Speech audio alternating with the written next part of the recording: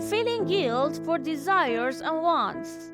A family that is economically distressed and unstable is influenced by undesirable economic conditions and macro-level political and economic decisions in their lives. In such circumstances, children, due to their attachment to their parents, learn to suppress their personal desires and instead respond to their desires with guilt and shame, refraining from expressing them. In other words, they may believe that personal desires are considered selfishness and should be avoided.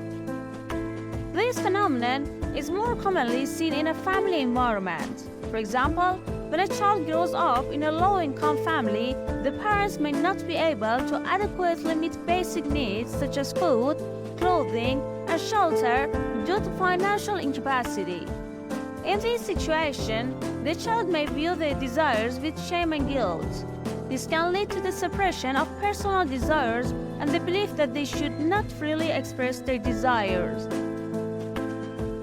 For instance, imagine a father or mother who, due to unfavorable economic conditions, are forced to work long hours and exert extra effort to meet the family's basic needs.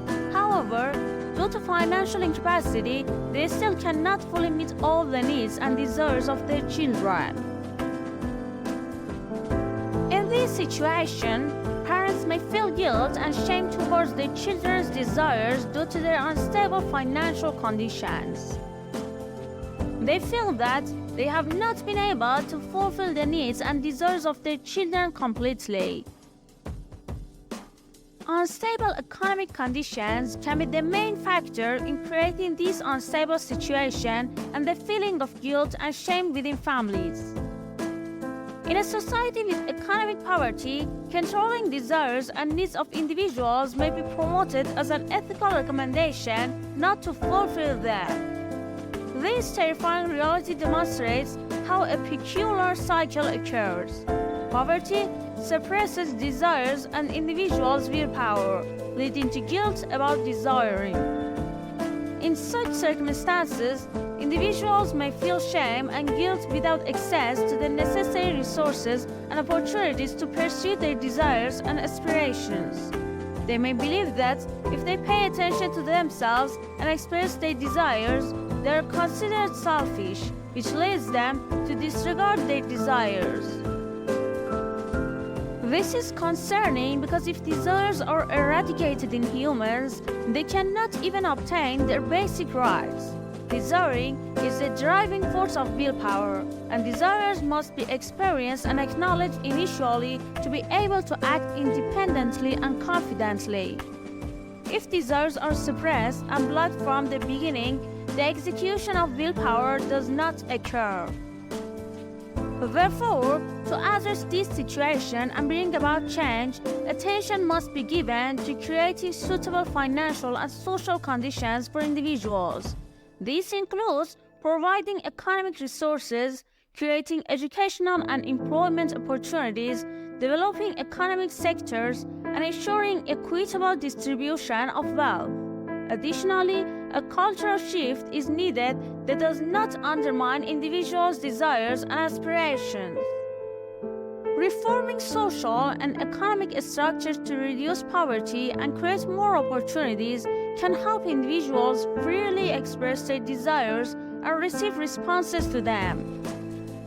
Furthermore, education and awareness about the importance of desiring and willpower in humans are crucial, so that individuals can actively participate in shaping their own destinies and pursue their desires. Desiring and having aspirations and willpower are fundamental factors in achieving personal goals and desires. However, when feelings of guilt and shame arise in relation to personal desires, it can hinder their realization and prevent individuals from acting on their will and taking necessary actions to achieve their goals. To address this issue, it's necessary to pay attention to these feelings of guilt and shame and understand that they arise due to unstable economic conditions, forcing individuals to suppress their desires. To overcome this issue, the following strategies can be employed. 1. Open and honest communication. Parents should talk to their children about these feelings and explain to them that unstable financial conditions may hinder the fulfillment of all desires and aspirations. They should show children that these feelings of guilt and shame should not prevent them from expressing their desires and aspirations. 2. Creating a safe space. A space should be created for children to freely express their desires and aspirations and feel heard. Parents should try to respond to children's desires and needs based on their financial circumstances and offer alternative solutions when possible. 3. Focus on non-material values. Children should be taught that desires and aspirations go beyond material aspects, and they can be addressed in various domains such as social relationships, education, arts, sports, and community involvement. 4. Creating suitable opportunities and facilities.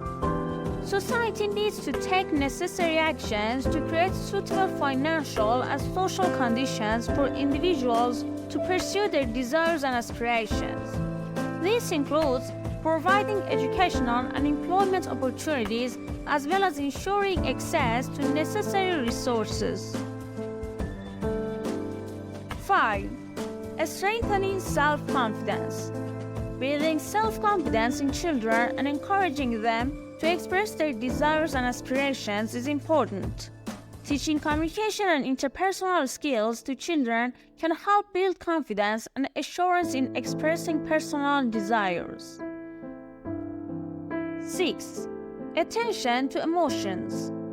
Parents should pay adequate attention to the emotions of their children and respond to their desires and aspirations with respect and consideration. This helps children feel heard and valued. Overall, addressing the feelings of guilt and shame about desires and aspirations requires recognizing the impact of unstable economic conditions while providing individuals with opportunities and conditions to pursue their desires. Additionally, education and the promotion of self-confidence and non-material values are crucial.